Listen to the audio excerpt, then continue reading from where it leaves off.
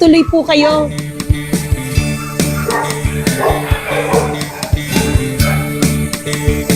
Good morning po. Ito yung aming salas. So ito yung baby grand piano namin. This has been with us for 8 years almost.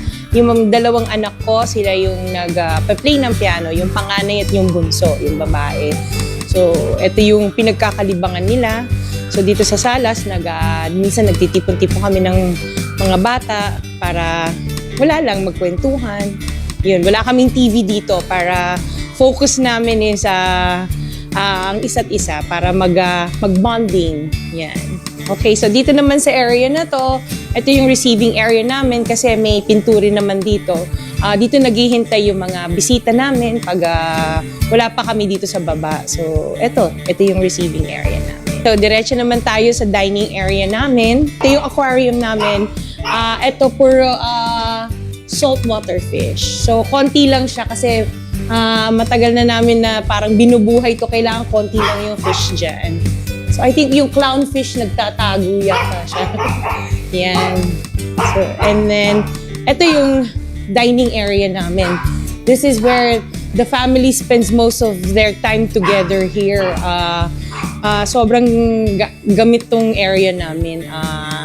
Dinner, breakfast, lahat dito, kwentuhan. And of course, I have my plate collection. I started collecting, actually, mommy ko nag-umpisa mag-collect ng plates from the UK. Inuwi niya, and kinontinue ko lang. So most of these are all Royal Albert na collection ko, which I've been collecting for the past 5 years na. Dito, we have a paging system. So, para tawagin yung mga anak ko kasi minsan ang hirap tumawagin. This is 3 floors up. So, pipindutin mo lang to. Tapos, i-announce na lang kung kakain na o hindi. Yan. So, bababa na yung mga yan. Tapos, yun. Ito yung aming short house tour ng aking bahay. Abangan nyo na lang yung aming kwentuhan ni Miss Corina.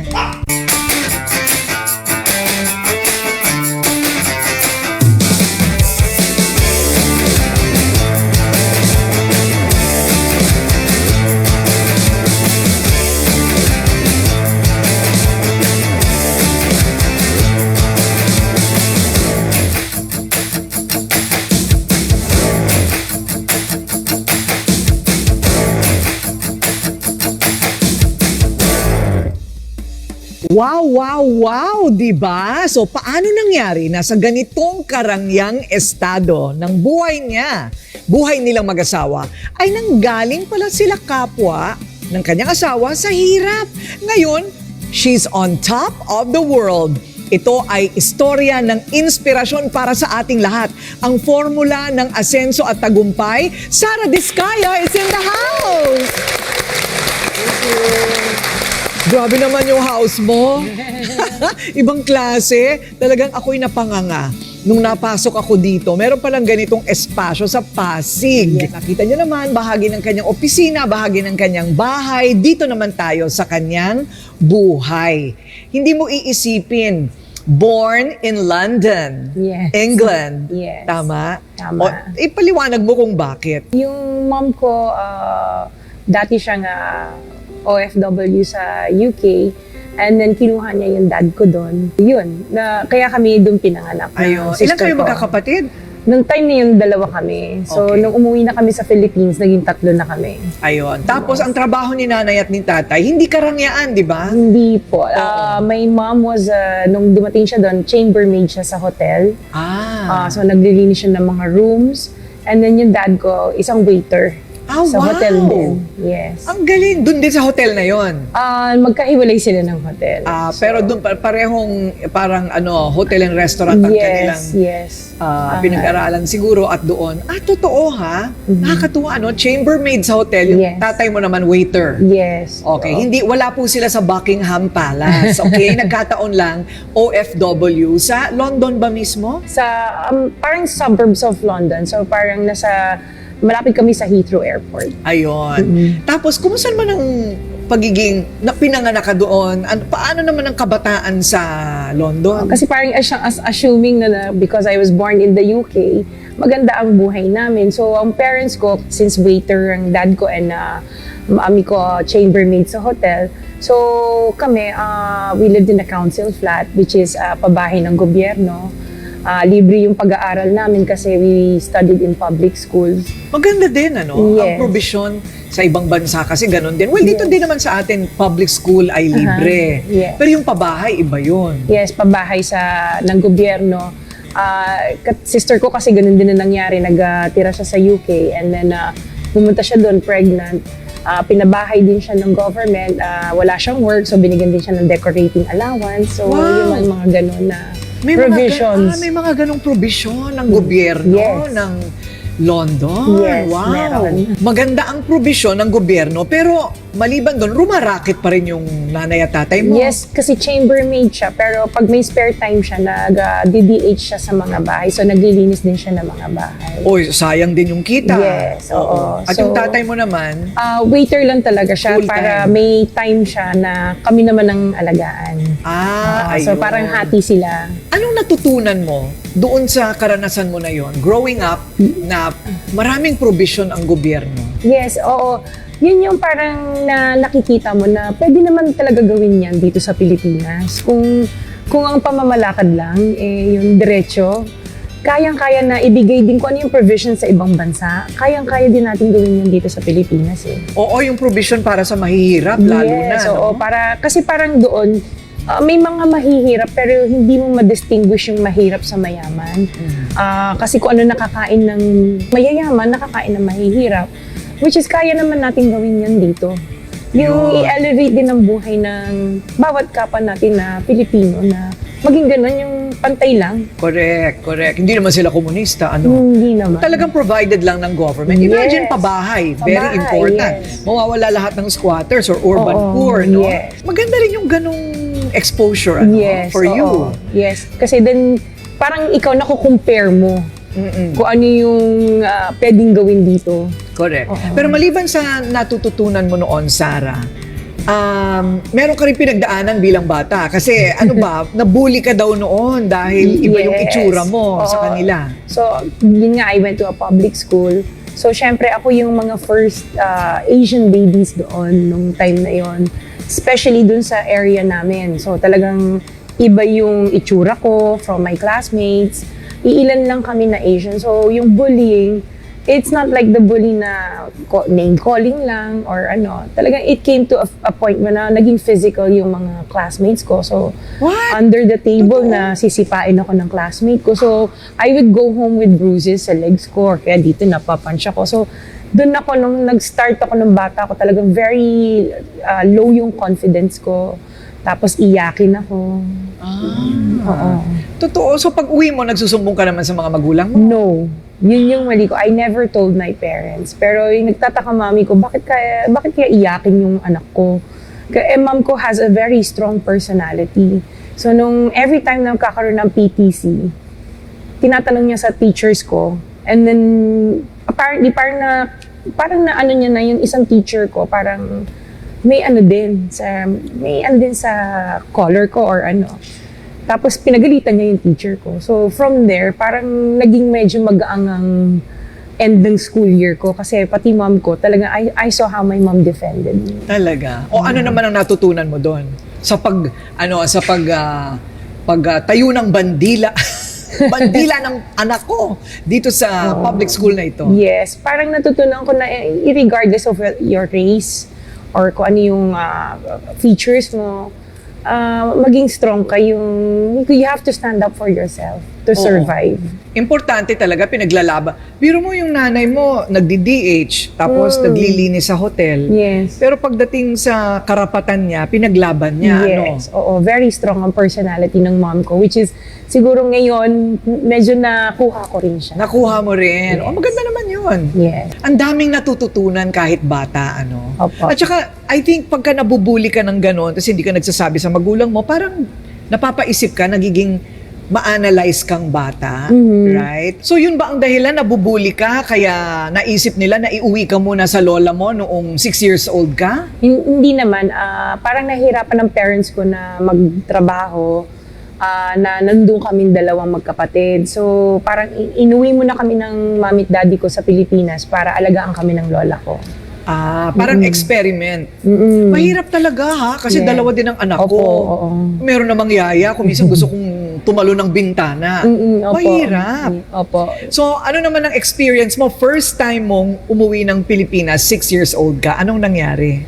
Nung umuwi ako, so grade 1 ako, in-enroll ako sa school dito sa Pasig. Na iba-iba yung teaching dito kasi doon parang play teaching. Dito seryoso palang pag-aaral dito. Sobrang bookish ang pag-aaral dito. Oh. So medyo nanibago ako noong time na yon. Tapos habang nag-aaral ako, yung lola ko kasi, yung kapatid ng lola ko, isang fan ni Miss Nora Honor. Ay, anong kinalaman ni Nora Honor sa lahat ng kwentong ito? Oo, fan siya ni Miss Nora Honor. Sinasali ako. So, naging Little Miss Noranian ako ng lugar na to, ng Bangbang, noong time na yon. Little Miss Noranian. Yes, Okay. ng Bangbang. So, if may mga, si Nora sa labas, may mga gig sa labas, kasama kami, ng mga ibang bata pa, sumasayaw kami. Sayo-sayo, lahat kayo may nunal. Ay, wala na.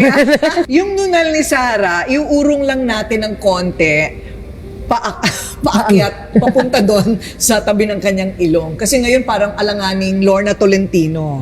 At saka, nasa pagitan ni Lorna Tolentino at ni Nora Honor ang kanyang nunal. Okay. Pero hindi naman requirement. hindi naman. Oo. Hindi naman requirement na may Opo. nunal bago maging Little Norania. Hindi naman po. Okay. So ano naman ang naisip mo ng mga panahon na yon? Akala ko laro-laro lang po kasi hindi naman parang 6 years old. So, magpa-practice kami ng sayaw. Tapos, parang talagang akala ko laro lang talaga siya. So, nung lumabas ako sa TV, nakita ko ng isang tita ko sa Superstar Show. Di ba yun yung show ni Nora and Kuya Germs ay ng time na yon. Nakita ko ng isang tita ko, sinumbong ako sa mami ko. Tapos wala pang 1 week, binalik na ako. Pinauwi? Yes. Opo. Kasalanan ni Nora. Kaya ka pinabalik ng London. Okay. Nasira yung aking showbiz career. Nasira yung showbiz career mo, Day. Pwede sana magtuloy-tuloy. Yes. Okay na rin. Baka wala ka nito kung natuloy Opo. ka sa showbiz. Totoo. Hindi ba? So, bumalik ka ng London. So, tumuloy-tuloy hanggang Mag-15 ka. ayan. So, paano ka naman napunta sa sports? Ang balita ko, sportswoman ka. Yes, nung elementary ako, I was involved sa softball team ng school. So, vice captain ako ng softball team. I competed with other schools. And I also joined yung netball team. It's parang basketball din siya. Pero pag hawak mo yung bola, bawal ka nang gumalaw. So, it's a British sport. No? So, yun yung naging sport ko. And I was part nung track and field namin. Wow! Nung high school. And I was the second fastest girl in school. Totoo nga. Oo. Siguro meron ka rin gustong patunayan. Yes. Oo. Doon ko parang na-feel na, ay, welcome ka pala sa community namin pag sports. Oo. So, talagang ginawa ko yung best ko sa sport. O dyan naman, sa part naman na yan, ano naman ang natutunan mo sa part na yan? Kasi biro mo dati, inaapi ka. Oo. Biglang naging captain ball ka. Yes. O, so ano naman ang learning mo doon? Kailangan na maging sport maging Oo. sport ka sa mga classmate mo kasi parang natutunan ko doon na sila pala pagdating sa sport talagang kailangan marunong ka makisama sa bawat iba-iba Ayun, nila. pakikisama. Yes. Yung pakikisama sa tao, importante. Yes po. Oo. Aside from excelling, di ba? Kung gagawa ka rin lang naman ng isang bagay, ikaw na maging number 1. Hindi ba? Parang yun ang naging prinsipyo mo, buong buhay mo, kaya ganito kalaki ang building mo. Hindi ba? So, all's well. Dahil sa kumikita naman, kahit paano, mga magulang, maganda naman ang probisyon ng gobyerno. Opo. Bakit ka pinabalik na naman ng Pilipinas nung 15 ka? Gusto na ng mami at daddy ko ma-adapt namin yung Filipino culture. And gusto na rin parang mag-retire ang parents ko dito sa Pilipinas at magtayo ng sariling negosyo kasi ang hirap talaga nung work nila doon kasi shifting sila eh. So, ang nangyari, umuwi na lang kami kasi nakapag-ipon naman sila ng sapat na pera para mag-umpisa ng maliit na negosyo dito. So lahat kayo? Yes. Opo. Opo. Opo. Okay. Parang may ganong mga OFW, ano? May plano talagang bumalik. Parang home is where the heart is. Home is where the heart is. So Opo. yan ang aalamin natin. Natagpuan nga ba at nakilala nga ba ni Sarah ang kanyang heart sa Pilipinas? Okay ang segue, no? O sige, usapang pag-ibig naman ang susunod. Bibigyan ka ng ayuda ng tupad. Bibigyan ka ng...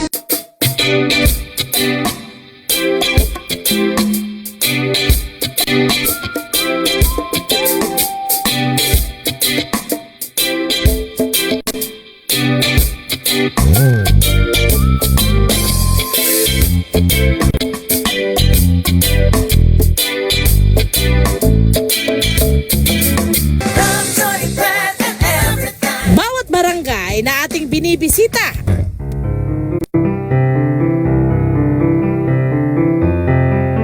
O bago tayo malayo sa ating topic ha, usapang love life muna tayo. Total, doon na papunta ang usapan. Pero nakilala mo ba si husband, si Curly, nang maaga sa buhay mo? Like, bumalik ka at 15 sa Yes. Pilipinas. Opo. Kailan mo siya nakilala? Nung nasa college kami, transfer ako from La Consolacion College, Manila. Nag-aral ako dito sa, malapit na lang sa Pasig, para hindi mahirap yung biyahe kasi wala naman FX noon, jeep lang eh. Oo. So, nag-aral po ako sa school, classmate ko siya. Classmate. Yes, Okay. opo. So, pero bago yon, yung pagbabalik nyo naman, hindi ka nahirapan? As a teenager going to college, hindi ka nahirapan? Nung teenager, dito ko naramdaman yung self-confidence ko kasi nasa loob ako ng parang kasama ko puro Filipino na. So, tsaka ang babait na mga classmates ko, parang ina-assist ako. Kaya parang dun ko na maging friendly. Kasi una, iyakin ako eh. Dito ko naramdaman yung welcoming. Nagkaroon ako ng self-confidence. Pero marunong sa ka sarili naman ko. managalog. No, yun yung nahirapan kami nung umpisa. Although nakausap kami ng mami at daddy ko ng Tagalog, naintindihan namin. Yung magsalita, doon kami hirap. So, kumusta naman ang English accent natin? Ngayon, Oo. I still have the British accent. Sampulan mo naman kami. Ano? Sampulan naman kami para marinig namin. Actually, I still talk to my sister with using a British accent. So we converse in English. I even converse with my kids in my accent, and they understand both the British accent as well as the American English accent. Ay, palakpakan! Sabi ng teacher, very good. Yes, very good. Hindi ba? Yes. Ito daw ang kanyang naging style sa kanyang sa kanyang klase. Pag hindi na niya alam ang isasagot niya, magi-English accent na lang siya. Very good siya. Tama ba? Yes, tama. Oo, Pag diba? nagre-report ako at hindi ko masyado naintindihan yung i-report ko, i-British accent ko, tapos sasabihin ng professor ko, "Ay, very good." Di nakapalusot ako. Pasado. Yes. Ayun. Opo. So, okay naman. Parang okay yung naging pagbabalik nyo sa Pilipinas. At Opo. nakilala na nga si Curly. Ano totoong pangalan ni Curly? Pacifico Discaya, the second. Pacifico. Okay. Ano bang kulot sa kanya? Yung buhok ba niya kulot? Actually, he has a twin brother na nag-pass away noong 2006. Inside the subdivision, parang nabaril siya kasi parang may political sa loob ng subdivision noong time na yon. Wow. So, yun, si Butch, pareho kasi silang Pacifico Discaya. Yung brother niya, yung namatay, yung kambal niya is the first, siya yung the second. Tatay niya yung kambal. senior. Yes, identical twins. Wow. Hindi mo na nakilala yon. Nakilala ko yun. Nakilala mo Nakilala pa. pa yun. Nakilala pa hanggang sa second son ko. Wow. What a tragedy. Opo. Bakit ang aga? Ano yung nagtanan ba kayo? Hindi naman po. Parang parang bago ako kasi nung pagka-graduate ko, sabi ng mami ko, kailangan matuto ka kung paano mabuhay mag-isa. Kailangan nyo malaman kung ano yung wala, paano magbayad ng mga bills nyo. Pinauwi ako ng UK uli. Nandun yung sister ko na after graduating college. So, nagtrabaho ako doon. Pero pabalik-balik ako kasi ang hirap ng buhay talaga doon. Nag-triple job ako. Wala lang, hindi naman ako nagpapadala sa Pilipinas. Pero yun nga, para mabuhay kami ng sister ko, kaming dalawa, nag-work kami. Nung umuwi na ako dito, parang nagstay ako nung 2002. Nag-work ako sa recruitment firm dito for 2 years. And then, I got pregnant dun sa panganay namin. And nung time na yon parang hindi pa ready yung asawa ko na magkaroon ng family. Paano yun? Ang naisip ko, balik ako ng London para buhayin yung anak ko doon. Parang naka-mindset ako na magiging single mother ako doon. Okay. At pumunta ka nga ng London. Ng London, oo. Kasi free yung panganganak. So may benefits pa yung anak ko. So umuwi ako ng UK para manganak sa panganay namin. Paano yun yung magulang mo nandito? Nandito, hindi nila alam na buntis ako nung umalis ako. So, Dami mong secret Yes. Oh. Nung 7 months pregnant ako, hindi na maitago, nagsabi na ako sa tita ko na buntis ako, tsaka tumawag ako sa magulang ko na buntis ako.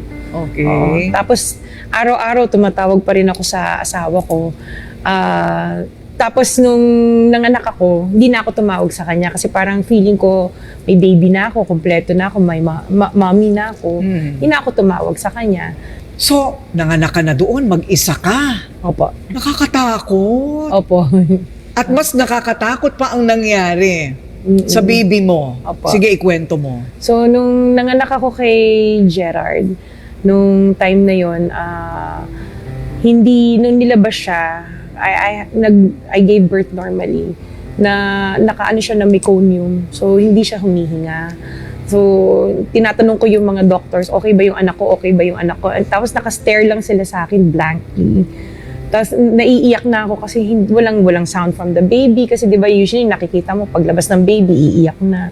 Tapos tinakbo nung sa pedya. Tapos may konting, gumanon lang siya. Tapos sabi ko, ay salamat, huminga na siya. Wow. Nakakatakot yun bilang nanay. Yes. Oo. Nakatulong ba yun? I mean, nakadagdag yun sa pressure sa'yo para bumalik ka ng Pilipinas. Kasi yun yung time na nung nanganganak ako, nag-iisa lang ako.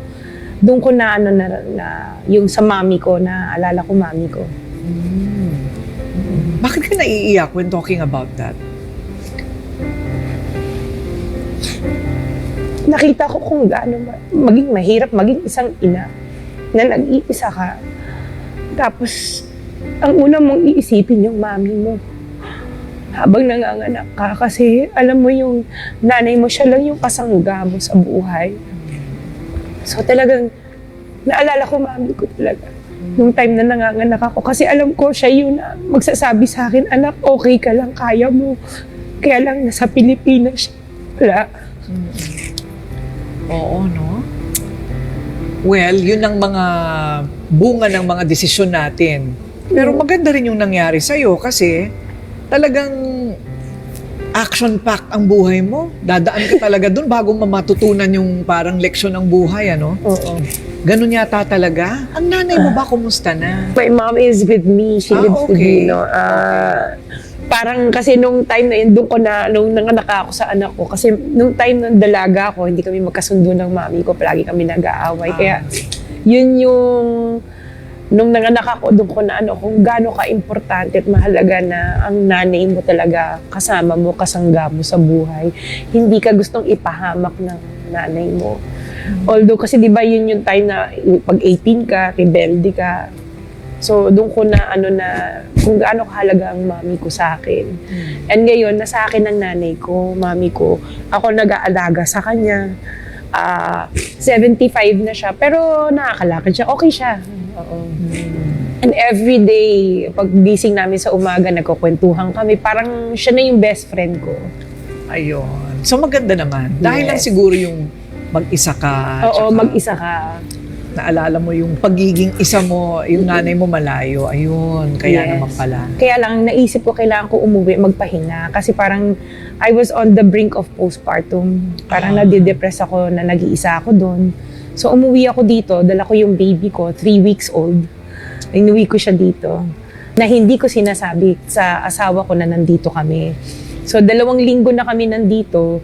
Siguro naramdaman niya or may common friend kami na nagsabi sa kanya, ay nandito yung anak mo tsaka si Sarah.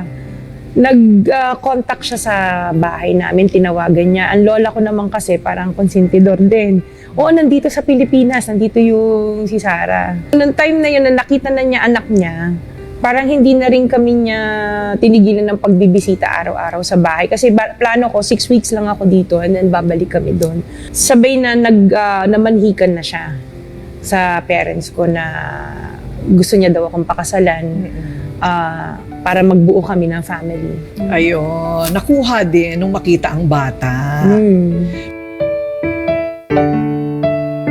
Hindi kaya yung asawa mo, si Curly, medyo nangingimi dahil sabi mo mahirap pa daw sila sa daga dati. Yes po. Si Curly. Opo. No? Pag sinabi mong mahirap pa sa daga, anong ibig mong sabihin? Ano ang buhay niya dati? Nung nakilala ko siya,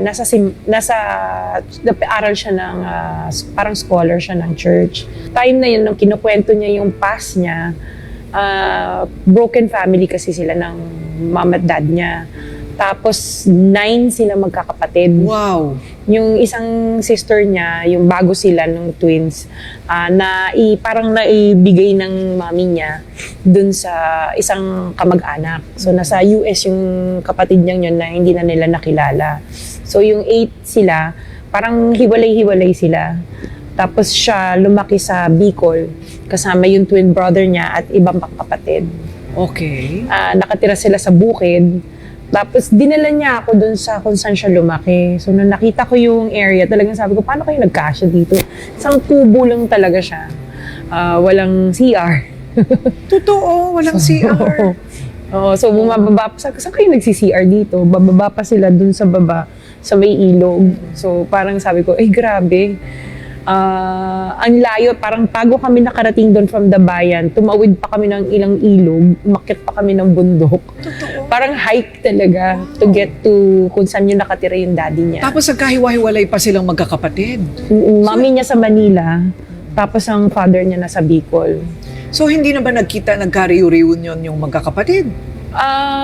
Hindi ko lang alam nung pero nagkita-kita sila nung mag-asawa na kami. Parang tinawag ko lahat ng kapatid, except for the one dun sa US. Hindi na nila talaga na tawagan yun. Hindi na nila, Totoo. wala na So silang- talaga nahiwalay na ang buhay ng yes. panganay. Opo. That's also a tragedy, sayang Mm-mm. na hindi nila nakilala. May pagasa pa naman, Yes, di ba? opo. Pwede pang mangyari. Opo. Pero ang maganda, yung 8 ay nagkasama-sama na rin ulit. Nagkita-kita. Yung ibang kapatid niya nasa floodway lang. So, nagkikita naman talaga sila. Yung isang kapatid niya nasa Novaliches. Yun, nag-pass away na rin yung sister niya doon. So, Oo. Mahirap nga ang buhay pag walang CR. Wala. I think yun talaga ang tsaka tubig. tsaka walang tubig. Oo. Oo. Wow, pero nagustuhan mo pa rin siya, ha? Bakit mo siya nagustuhan? Nung time na yun, una ko siya nakita, parang hindi ko siya feel kasi parang makulit. Ako yung palaaral. Siya makulit. Sabi ko, parang hindi kami magkakasundo nito. Tapos parang iba na yung pakiramdam ko nung everyday magkasama kami. Tapos pumupunta siya sa bahay, nanliligaw. So yun, na-develop ako sa kanya.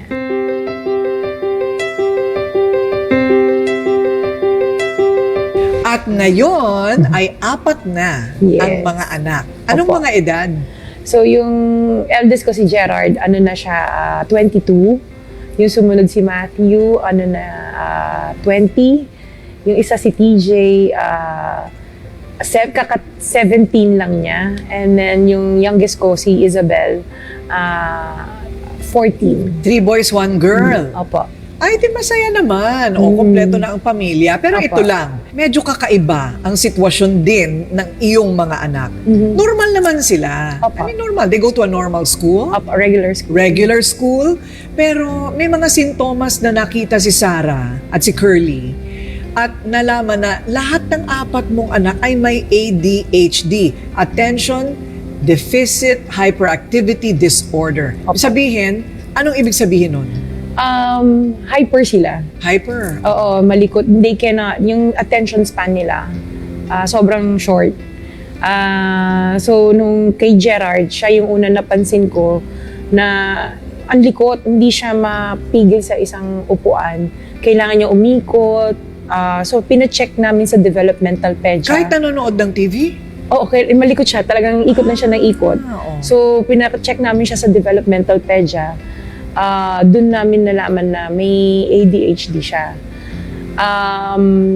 Nung time na yon, kailangan mag-therapy siya, yung occupational therapy and speech therapy. Hindi na siya nag-speech, sorry. Occupational therapy lang siya. To teach him to calm down. Kasi ang way of calming him down nung time na yun, yung sa tingin ko nung time na yun, nung hindi ko pa siya pinapacheck, yung gadgets. Yung pala mas lalo siya na-aggravate kasi nanggigigil siya, kailangan niya talagang kumilos. Nung may mga ways na para kalma siya. And hindi ko din sila tinreat as if special sila kasi normal kids lang naman sila na if tinreat mo silang special, they will come to a point na hindi na nila malaman kung ano yung tama at mali. Kasi tinitreat mo silang special. Parang you're making excuses sa lalo ba, may ginawang masama, ay hindi, hayaan mo lang siya kasi special siya. Ako hindi. I tell them off or papagalitan ko or pagsasabihan ko. Na parang normal na bata? Normal na bata, oo. Kasi pag hindi mo ginanon, hindi na nila alam kung ano yung tama at mali. Oo. Okay. So, yun yung way of disciplining them noong time na yun. Yung sumunod, binabantayan ko na baka may same symptoms din. Which is, yung kay Gerald kasi is, may yung sensory problem. Yung kanya play. Pero yung pala nakakasakit na siya ng bata. Natulak niya. Oo. So, umabot din sa point na, syempre yung time na yun, ang ADHD, bago lang sa hindi katulad ngayon, accepted na siya. May umabot sa time na I put him in a regular school na pinipetition siya ng magulang para tanggalin sa... Totoo? Oo. Oh. So, nagwagi ba yun? Hindi naman. Ako na nag-decide to move him to a different school na kayang i-handle yung kids na may hyperactivity. But normal school, just Regular the same? school din. Within Pasig. Tsaka kasi noong time yun, hindi ko naman ma-afford na padala sa magagandang school na kayang Specialized. i-manage. Yes. Oo. So ngayon, lahat ng 4 meron. Meron. Different degrees. Yung second child ko, parang may academic delay lang siya. So, yung pangatlo at saka pang-4, okay na sila. Discharge na sila. Pero may interventions pa rin kami for English tsaka academic intervention for English and math. So pwede pa lang kung ikaw ay may ganong sintomas, yung mga anak mo, may iba nga 30 years old na, tsaka lang sila nagpatingin Na-diagnose, at yes. na-diagnose na kaya pala ako ganito. May ADHD ako. So, pwede palang ma-reverse. Pwedeng maging normal. If pag-continuous yung therapies and interventions nila, kasi umabot din sa point na bibigyan sila ng medication, which is parang hindi ako ayoko ng medication kasi baka ibang organs naman nila sa katawan nila, yun na magka-diferensya. So, intervention talaga ang pinili ko para sa mga bata. Ngayon, yung eldest ko si Gerard, the 22 years old, third year student siya sa Mapua for civil engineering. Ayun. So, Yun yung worry mo bilang parent na they can't cope. So, ngayon, medyo yung struggle before nung maliliit sila, up to now, parang napagdaanan ko pala yun na lahat sila, dinadala ko sa therapy sessions para lang maging okay. Oo. Itong si Sarah, no, napaka-action pack ng buhay. Pero sanay ka sa bakbakan. Yes po. Sanay siya sa bakbakan. Kaya pinasok na rin niya ang politika. Ganon din yun eh. Yan ang pag-usapan natin. Kasi ang dami, pumunta kami dyan, ang dami nakapila. Yung pala, hihingi ng tulong. Opo. Parang kapwa ko, mahal ko itong kanyang building dito po sa Pasig. Yan ngayon ang aalamin natin. Anong klaseng boxing naman itong nangyayari ngayon sa gustong pasuking universe ni Sara Diskaya? Noong una ko siya makita, parang may kakaibang naramdaman na ako sa kanya. Kaya lang syempre, para sa akin, parang tingin ko ay hindi ako karapat-dapat sa kanya kasi alam ko meron sila at ako naman ay talagang walang-wala din at salat sa buhay ng mga time na yon. At tingin ko, yung aming karanasan sa pag-construction ng iba't ibang klase ng mga hospital, iba't ibang klase ng school, iba't ibang klase ng mga housing, tulay, flood control, at ganoon din yung karanasan namin na kami ay dating naging wala. Kung ano ang tagumpay na aming tinatamasa ngayon at ano ang kaalaman at skills na binigay niya sa amin, plus yung aming damdamin na kung ano ang nararamdaman ng isang taong wala. Mas madali naming maunawaan sila at matupad kung ano man ang kailangan nila. This portion is brought to you by Jim 7-in-1 Coffee Mix. Isa lang ang isinisigaw. May plus ka sa life.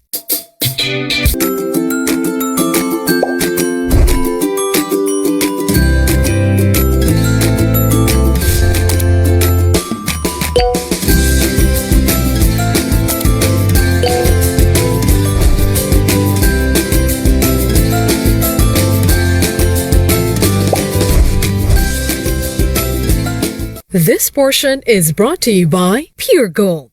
Sa Pure Gold, always mura, always kompleto, always may promo, always panalo.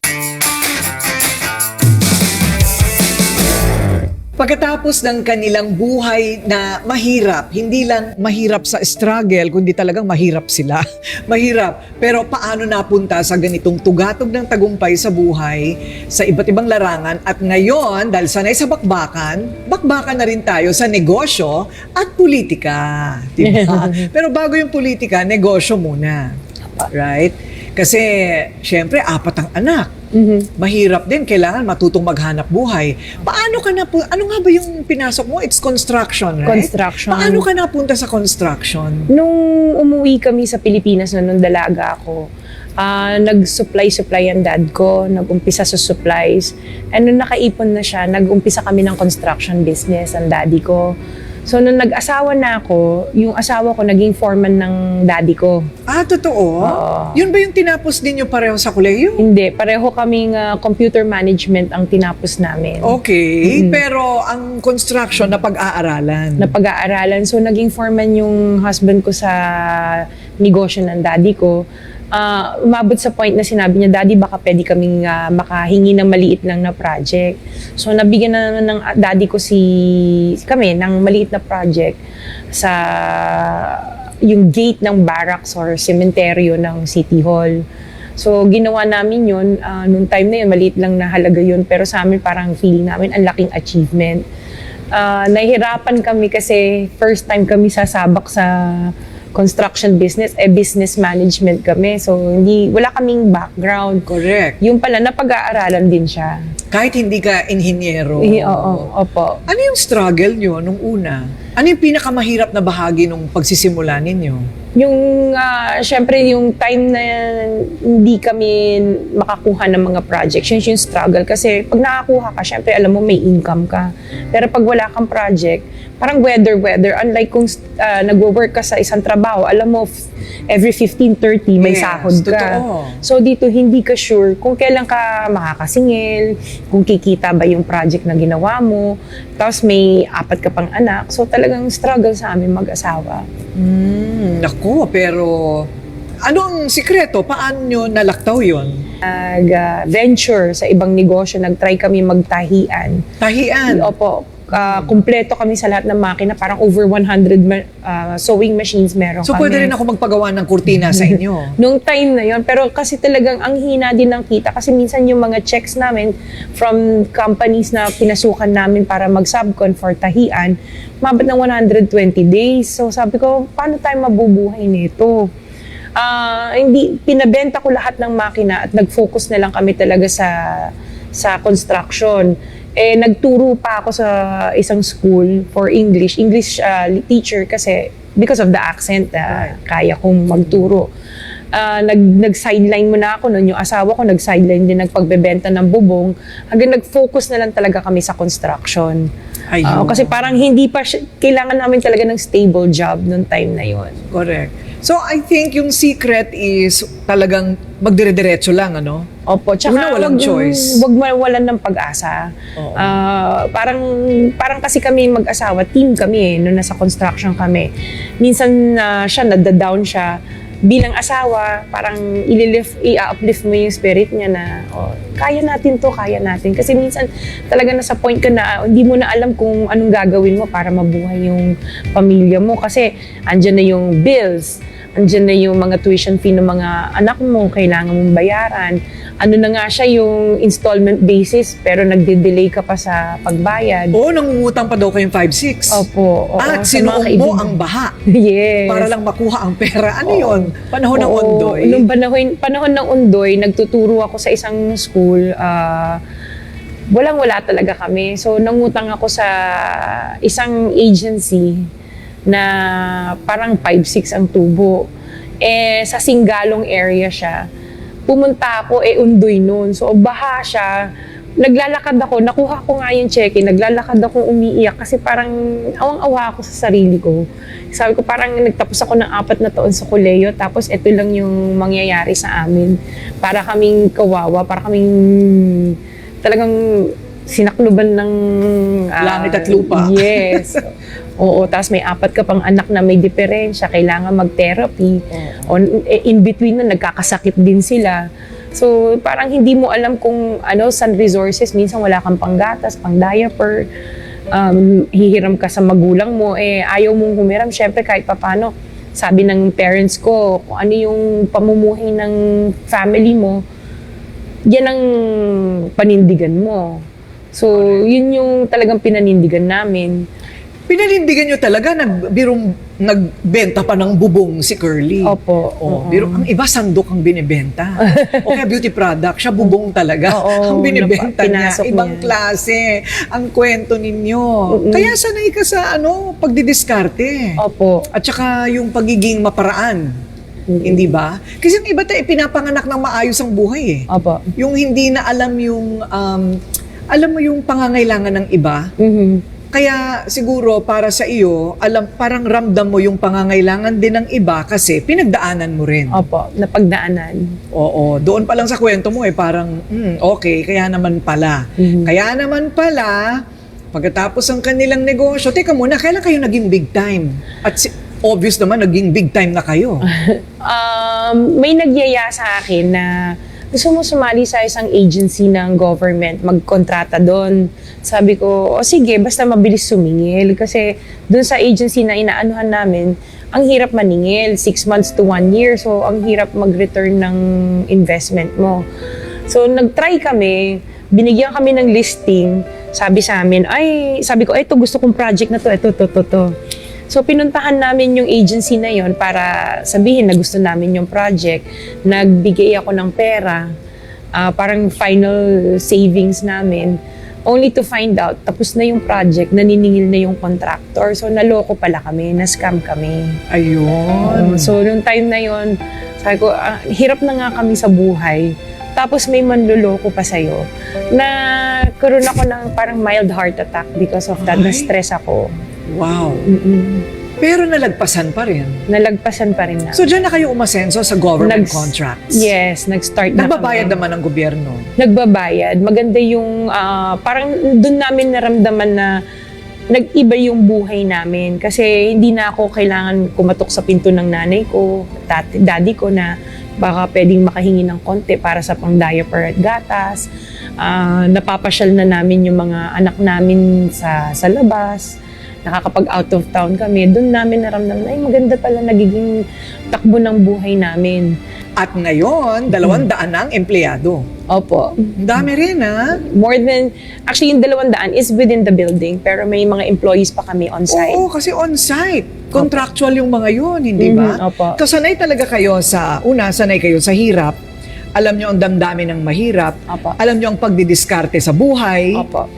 Alam nyo ang pakikipagbakbakan sa buhay. Kaya ngayon bakbaka naman tayo sa politika. Pero teka muna, bago yan, mamaya pag-uusapan natin yung mga taong natulungan nila. Nauna yung mga tulong-tulong, di ba, sa mga tao. Yun ba ang dahilan kung bakit, sige, gawin na natin profesyon itong pagtulong sa tao, kaya politika ang pinasok mo ngayon? Tumutulong naman kami talaga. Noong pa man, tumutulong naman kami sa mga tao. Kasi parang yun isa sa mga advocacy namin. Sabi ko, pag tayo umasenso, let's return sa community. So tumutulong naman talaga kami. Kaya lang yung reach namin, hindi ganun ka-wide. So kami dumadaan pa sa mga barangay para mag-distribute ng wheelchairs, mga medical equipment, nagbibigay kami. So ngayon parang what we see lacking is parang sabi ko let's think about running for politics naman. Ayun, okay. So, kumusta naman ang pagsabak mo sa politika? Hindi ka naman nagsisisi? Alam mo, sabi nila, kung gusto mong gumanti sa kalaban mo, itulak mo sa politika yan. Pero not necessarily, right? Not necessarily kasi at the end of the day, parang alam mo, tumutulong ka sa kapwa mo. Mangalawa, alam mong kahit papano, win or lose naman. No? Alam mo may natulungan kang tao at may nataas o naiangat na buhay ng kapwa mo. Oo naman. Bigyan mo nga lang ng 500 piso ang pobre. Malaking bagay na yun sa buhay nila, di ba? Ano para sa'yo ang pinaka-challenging na bahagi ng pagtakbo bilang mayor ng Pasig? Ang challenging, syempre, it's totally different from being a private citizen na tumutulong. Ngayon na mas maraming taong pumupunta sa office para humingi ng tulong kasi kilala ka na. Normal lang naman parang wala naman ako nakikitang mahirap na nangyayari ngayon sa pagtakbo ko or yung paggawa ko kasi people person ako kahit dito naman sa office noon pa man ako yung nalalapitan. So normal lang sa akin na everyday ko lang ginagawa, punta sa isang lugar, namimigay sa mga tao, So matagal mo nang ginagawa yun? Yes po. I see, okay. So, ano naman ang balak mo para sa Pasig? Yung, syempre, may tutulak sa'yo para may magawa kang pagbabago sa mga polisiya o kaya meron kang gustong isulong na advokasya o tulong. Ano yon for Pasig? For Pasig, no, katulad ng kinukwento ko, itong company namin, kaya kami naging successful, hindi dahil marami kaming pera or naging ganito yung pamumuhay namin.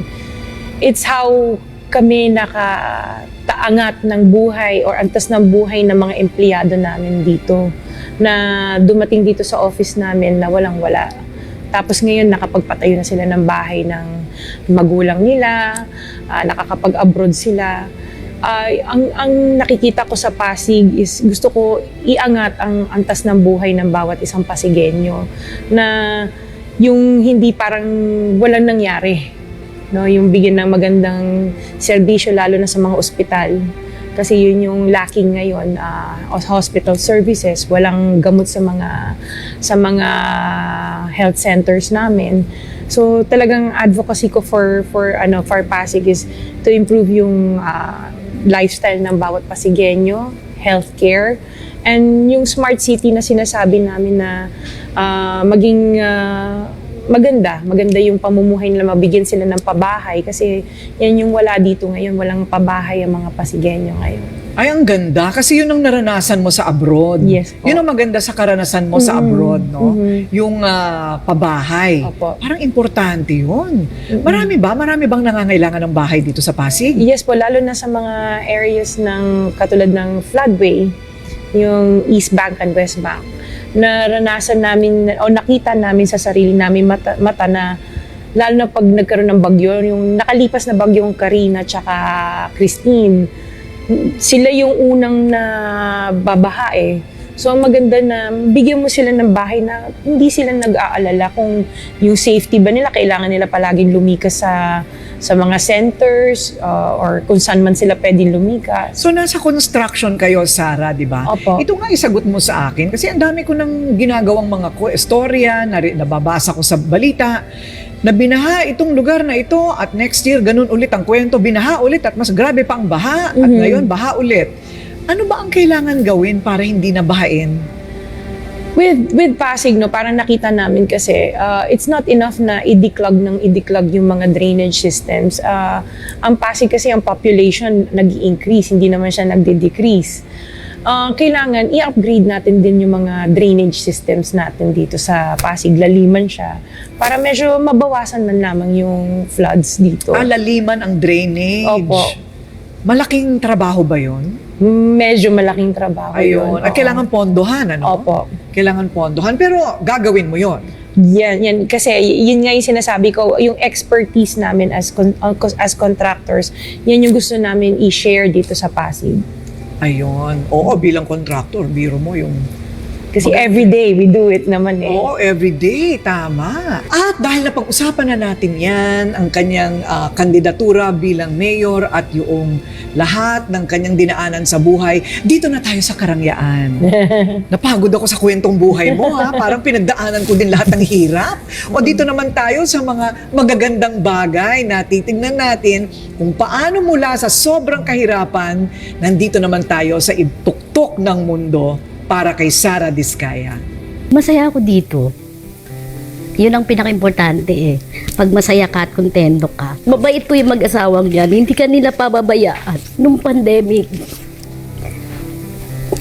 marami ang wala na trabaho. Maraming kinapos. Pero sila, dahil pamilya ang turing sa amin, alam nila yung pangangailangan namin. Hindi mo kailangang humingi. Ibibigay nila.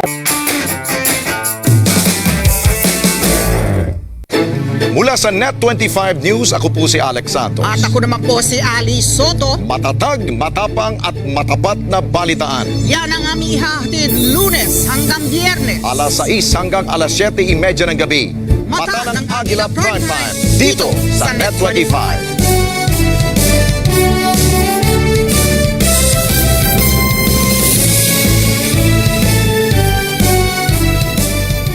Let's knit together.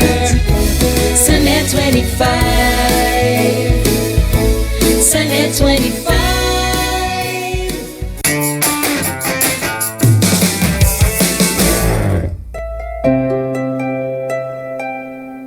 Wow! Yun lang ang masasabi ko. Alam mo, pagpasok ko pa lang dito, sabi ko na kagad, "Hay, pwede ka magtayo ng isa pang building dito sa loob ng isang palapag pa lang ng building ninyo dito sa Pasig."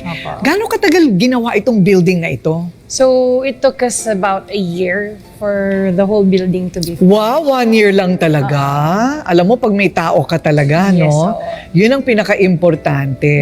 So in building, ano naman ang prinsipyo mo? Ano ang pinaka-importante na bahagi ng pagtatayo ng isang gusali? Siyempre yung structure niya, kung stable yung structure niya. Yung siyempre gusto natin matibay, baka mamaya biglang gumuho yung building mo. Yun ang importante. Yung, Yes. yung foundation. Foundation niya, oo. Yun ang importante. Parang pwede rin gamitin yan sa buhay, no?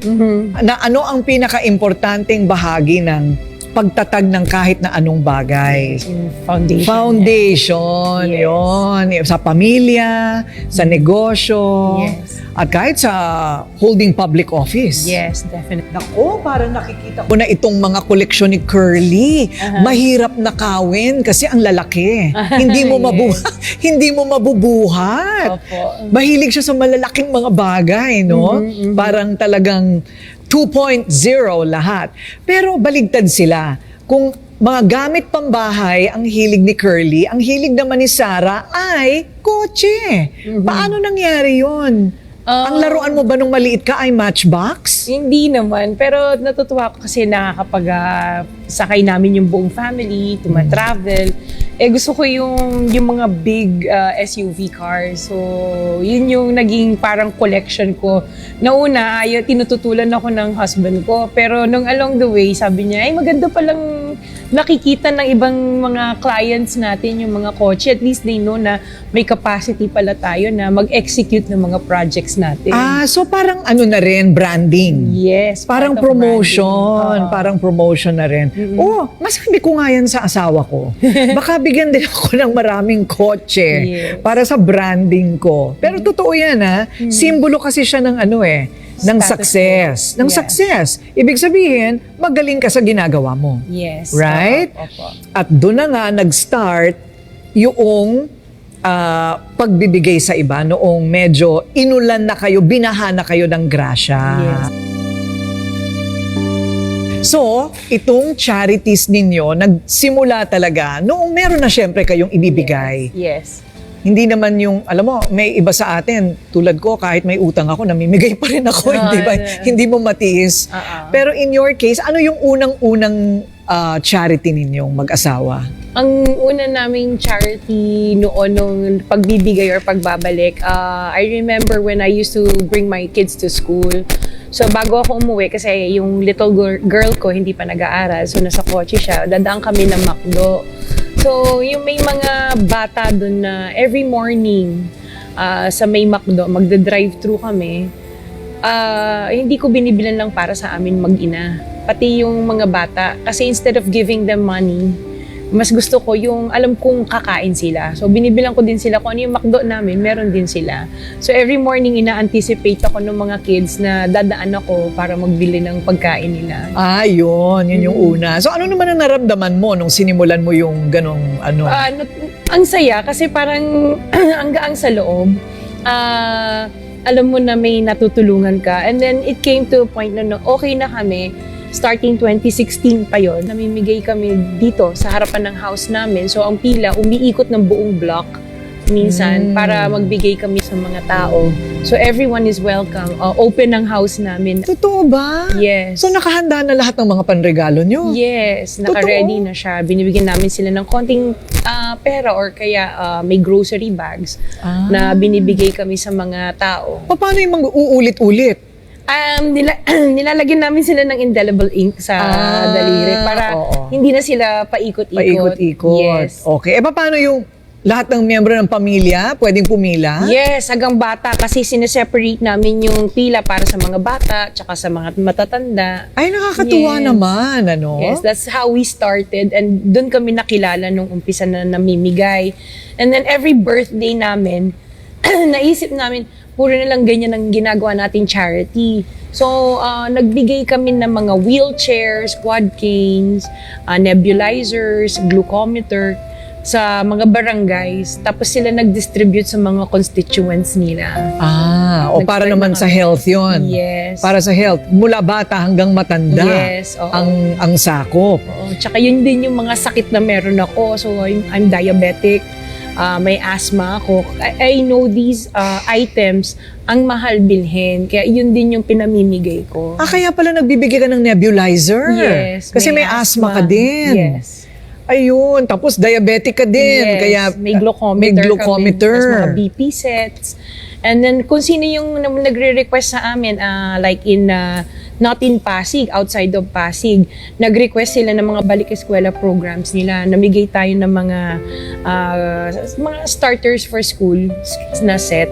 Ayun. Wow. So, mula sa ganong klaseng pamimigay all these years, ngayon, ang gusto nyong mangyari ay talagang pangmalawakan na, buong Pasig na talaga.